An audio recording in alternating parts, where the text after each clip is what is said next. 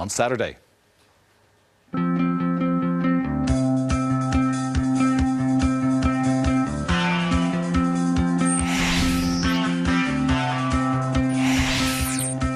Having lost their opening 2 games this season, Bohs have steadied the ship in recent weeks, picking up 7 points from their last 3 games. Home keeper Steve McGuinness saving well early on from Bohs' Paddy Kavanagh. At the other end, Colm Deasy's throw was picked up by Ciaran McGuigan, but Bohs' keeper Shane Supple was quickly off his line to smother the threat. A real goal-mouth scramble almost led to the opening goal for Bohs when McGuinness misjudged the flight of the ball and was thankful that Gavin Brennan was on hand to clear up the danger. Drogheda, however, would be kicking themselves. They didn't take the lead with this attack. Stephen Elliott setting up Sean Thornton, but with the goal at his mercy, he put the shot wide. And it remained 0-0 at half-time. Elliott will perhaps feel that he too should have scored after being put through by Sean Brennan, but Supple did just enough to deny the ex-Irish international the chance. There were chances at both ends, and this perhaps the best move of the night for Bohemians, as Georgie Poynton picked out Paddy Kavanagh, who in turn played in his captain Derek Pender, but McGuinness saved well. McGuinness was called into action again not long after that, as Bohs pressed for the opening goal in a tight game. Jamie Doyle got in on goal and tried to slide the ball under the keeper, who spread himself well to keep it at 0-0. But McGuinness was powerless to prevent what turned out to be the only goal of the game, as Lorcan Fitzgerald's free kick was headed to the net by Byrne 15 minutes from time. Delight for the travelling support. Indeed, Bohs could have got a second had it not been for McGuinness and his man-of-the-match performance. Poor defending, the ball straight to Keith Ward, but again, Bohs thwarted by McGuinness's fine save. And that was the last action of the game. 10 points out of a possible 12 now for Bohemians. They're on a good run. 4 defeats in a row, though, for Drogheda United.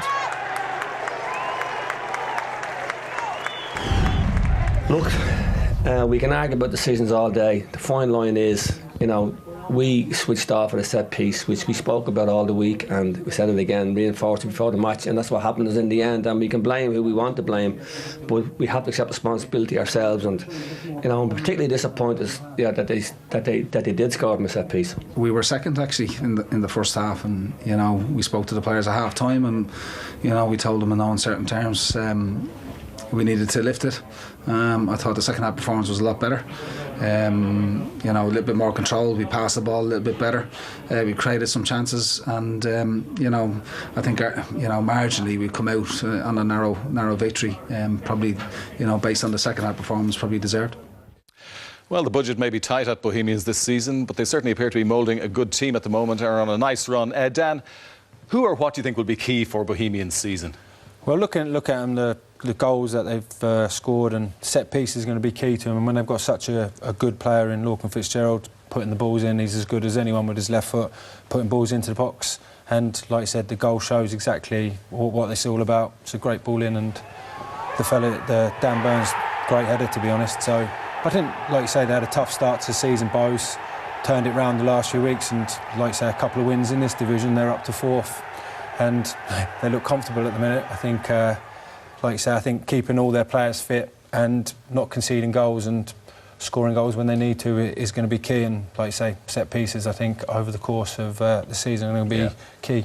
That was a super finish, Clinton, and it's the sort of thing that Sergio Ramos pops up doing for Real Madrid. Well, Dan Byrne can do it for Bohemians as well. Yeah, it's a great header. It was a great ball in, and he was determined. He wanted it more than the other defender who was marking him, and it was a great finish. It's something I would be proud of that, but I wasn't as good as him with my head as he is. But it's a great, as a centre-half, to attack the ball like that, they're always threat, and it was a great header from Dan Byrne. Yeah, super finish, and it proved all important on the day. But now let's talk about Drogheda United, because they flew out of the blocks with 2 good wins at the start of the season, and who knows how valuable those 6 points will be for them at the end of the season. But how do you think it's going to go for them?